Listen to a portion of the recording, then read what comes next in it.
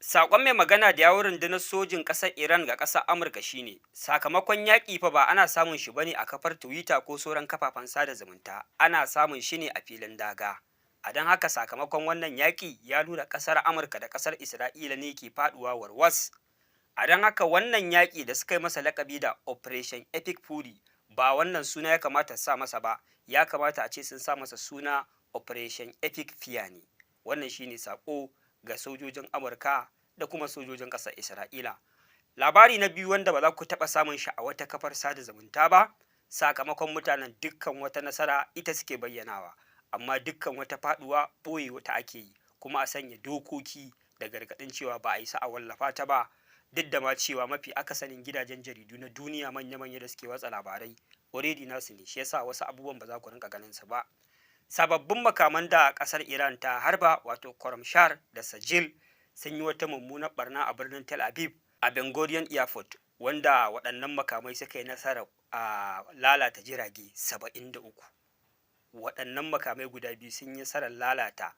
jirage 73, wanda kamar yadda labari ta ƙarƙashin ƙasa ya bayyana, waɗannan makamai ɗaya yana zuwa cikin birnin ƙasar Isra'ila a cikin minti 4, ɗaya kuma yana iya zuwa a cikin minti 7 rak, wanda duk da cewa a radars ɗin ƙasar Isra'ila sun nuna tahowar waɗannan makamai, haka zalika a daidai lokacin da suka keto sararin samaniyar Isra'ila an yi amfani da air defense system, an ce sun harba kimanin kowanne ya harba kimanin 18, amma ba su yi nasarar sauko da waɗannan makamai masu linzami ba, wanda suka yi nasarar ƙona waɗannan jirage har guda 73. Wannan labari babu inda za ku gan shi a kafafen sada zumunta, sai dai waɗanda suke opposing ko kuma suke bayyana gaskiya suke tona asirin asalin abin da yake faruwa a wannan yaƙi, wanda wannan shine gagarumar nasarar da su kansa ƙasar Iran suka yi a harba waɗannan makamai. Sai kuma magana ta biyu shine, ƙasar Iran ta yi ikirarin cewa a 'yan kwanakin baya ta kai farmaki kan ɗaya daga cikin katafaren jiragen yaƙin ƙasar Amurka guda biyu, wato Abraham Lincoln, wanda ta ce ta yi nasarar a samun shi, ta raunata wannan jirgi, sai dai bata nutsar da shi ba, wanda wannan jirgi ya kama hanyar tserewa daga gabas ta tsakiya. Haka zalika yanzu ɗayan jirgin wanda ya fi Abraham Lincoln girma, wato Gerald Ford, wanda shi kuma abin mamaki ashe ya je ya kewaya ya ɓoye ne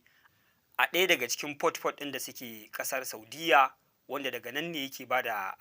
nashi tallafi na tallafa ma ƙasar Isra'ila daga dakatar da wasu daga cikin hare-haren da ƙasar Iran take kaiwa, wanda a yanzu haka a halin da ake ciki ƙasar Iran ta fitar da sanarwar cewa ta fa gano inda wannan jirgi yake kuma za ta farmake shi. Duk da dai cewa taɓa wannan jirgi a gurin ƙasar Amurka kamar tsokalo fushinta ne, yaƙi zai iya escalating ya kai matakin da ba a tsammani. Duk duniya a jiragen ruwa babu kamar wannan jirgi, babu wani jirgi da ya kai shi tsada, babu wani jirgi da ya kai shi girma a faɗin duniya, ba a taɓa ƙerawa ba, wanda tabbas Iran za ta iya samun wannan jirgi. Amma taɓa wannan jirgi fa, zance na gaskiya, yaƙi zai escalating ya ƙara kaiwa wani mataki wanda ba a yi tsammani ba, domin tabbas idan aka taɓa wannan jirgi, a lalle fa ƙasar Amurka za ta mai da martani da lalle ba lalle ba ne ma duniya daɗi. Amma fa ƙasar Iran ta lashe takobi, yanzu haka wannan jirgi za fa ta farmake shi. Haka zalika a batu na uku shine, ƙasar Iran a sharɗan da ta sa na dakatar da wannan yaƙi, ta gano wasu daga cikin ƙasashen Larabawa da suke gabas ta tsakiya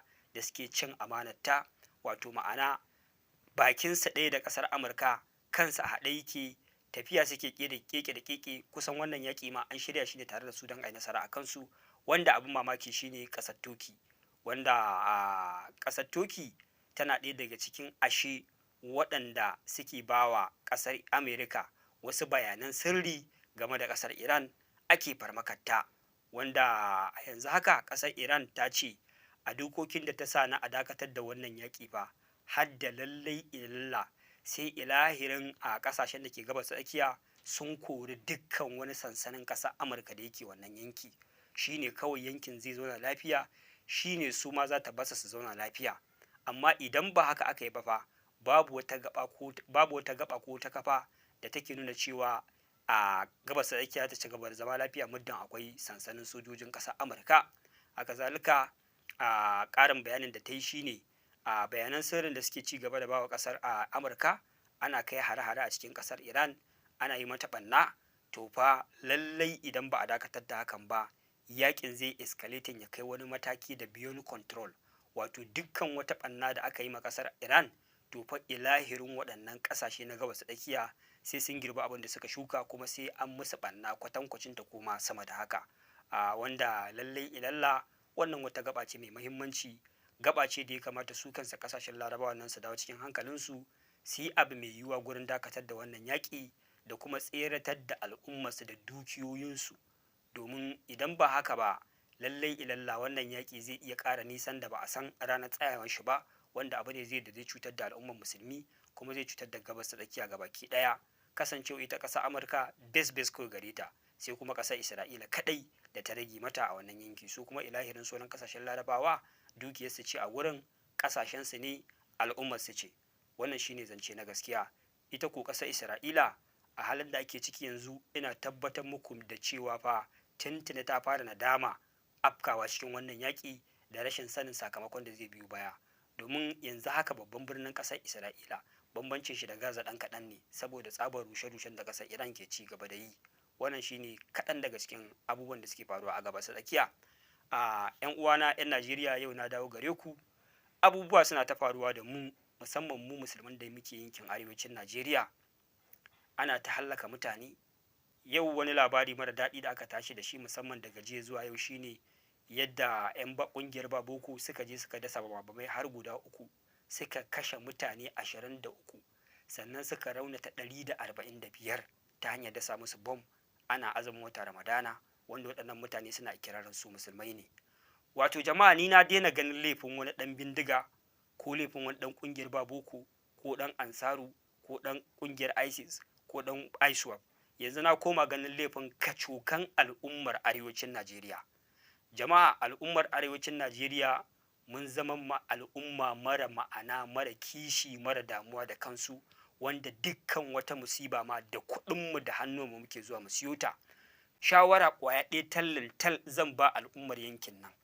Wannan saƙo ne nake so na aika shi ga ilahirin al'ummar arewacin Najeriya. Jama'a, wannan saƙo ne zuwa ga al'ummar arewacin Najeriya. Wannan saƙon ya haɗa da malaman addini, fastoci, 'yan siyasa, sarakunan gargajiya, gwamnonin arewa guda 19, sarakunan jihohin arewa 19, sanatocin da suke wakiltar jihohin arewa 19, reps ɗin da suke wakiltar jihohin arewa 19, sarkin musulmi da dukkan attajiranmu da suka hada da irin su Aliko Dangote, su Abdulsamad Buwa, su Dahir Mangal, da ilahirin al'ummar da ke numfashi a arewacin Najeriya, kama daga jagororin siyasa da suke da jam'iyyu mabambanta irin su Injiniya Rabi'u Musa Kwankwaso, irin su Atiku Abubakar, irin su Mejo Hamza Al-Mustapha, da dukkan wani ɗan adam mai ruhi da numfashi. Ilahirin waɗannan mutane da muka kirawo sunayensu, su zauna cikin gaggawa su yi mitin, su fitar da matsaya ƙwaya ɗaya akan yadda za a kawo ƙarshen wannan fitina da take addabar al'ummanmu na zubar da jinenayinsu. A yanke shawara, idan yaƙi za a yi, a tirsasa gwamnatin Najeriya ta ba da adadin sojojin da ake buƙata domin yin wannan yaƙi. Ana cewa sojojin Najeriya sun yi ƙaranci. Idan gwamnati ta ba da adadin abin da za ta ba da,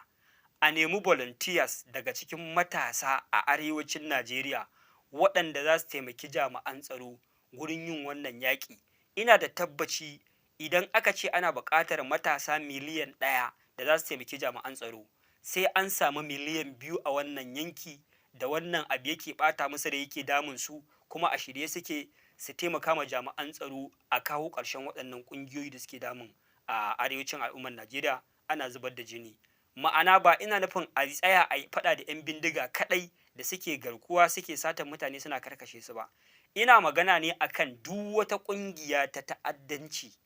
da take da hannu a zubar da jinin al'umma ko hana mu zaman lafiya, a kawo ƙarshen su. Ba maganar 'yan bindiga ba ce. Jama'a, akwai ƙungiyar Boko Haram shekara 16, akwai su ISIS, akwai su ISWAP, akwai su Ansaru, akwai su Lakurawa. Jama'a, ilahirin waɗannan ƙungiyoyin muke magana a kawo ƙarshen su, a kore su daga Najeriya, a hallaka su baki ɗaya waɗanda suka miƙa wuya, a kama su a hukunta su, kar a bar ko da mutum ɗaya daga cikin waɗannan ƙungiyoyi Jama'a idan aka tattara waɗannan jami'an tsaro, aka tattara waɗannan matasa da za su yi volunteers, idan kuɗi ne babu waɗanda za a sai makamai duk da mun san cewa akwai su a wannan ƙasar, akwai wannan kuɗi a wannan ƙasar.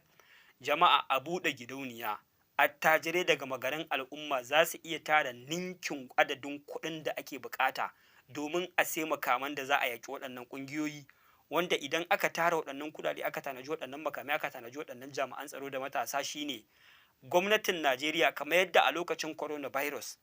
ta sanya doka na tsawon wata guda, babu sallah, babu salati, babu zuwa coci, babu kasuwanci, babu tafiye-tafiye, wai don duk ta tseratar da rayukan al'umma. To zubar da jinainayin da waɗannan ƙungiyoyi suke yi na tsawon shekaru sama da 18 ya zarce ɓannar da ake zargin coronavirus za ta yi, aka dakatar da ƙasar na wata ɗaya. Saboda haka gwamnati ta sa emergency na wata ɗaya a dakatar da Arewa wata ɗaya zuwa wata 2 rak. Waɗannan jami'an tsaro da volunteers su shiga daji a ƙaddamar da yaƙin a mutu ko a yi rai a kan ilahirin waɗannan ƙungiyoyin gabaki ɗayansu. Kar a dakata da yaƙar waɗannan mutane har sai an kashe ilahirinsu waɗanda suka miƙa wuya, kuma a riƙe su a musu hukunci daidai da abin da suka aikata, domin ya zama izina kada a ƙara samun burbushin wani mai irin tunanin zai ƙara shiga irin waɗannan ƙungiyoyi ko ya kafa ƙungiyar garkuwa da mutane ko ya kafa ƙungiyar ta'addanci. Al'ummar gari su shiga masallatai su yi ta alƙunutu, kiristoci su shiga cocina su yi ta su ma addu'o'insu har Allah ya kawo mana ƙarshen wannan fitinar, wanda wannan na ɗaya daga cikin hanyoyin da na rantse muku da Allah idan ba su aka bi ba, wallahi ba lallai a kawo ƙarshen kashe-kashen da ake a arewacin Najeriya ba. Maganar a dinga yaudarar al'umma ana gwamnati ta gaza, ministan tsaro ya gaza, a ku jira lokacin zaɓe, ku koruwa ne, ku kawo